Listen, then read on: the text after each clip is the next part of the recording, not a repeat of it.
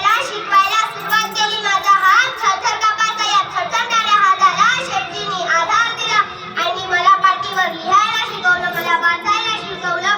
शेवटी शेटजीची साडी झटकली आणि भारताची पहिली महिला शिक्षिका झाली. बाई शिकली म्हणून गावातील लोक नावबोट ठेवायचे. मग तो दिवस दुभवला.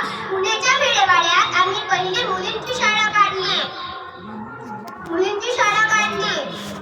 पण तिथे शिकवणार कोण? मग मी मन घट्ट केले आणि टाकलं पहिलं पाऊल पुढे. एक माणूस समोर आला.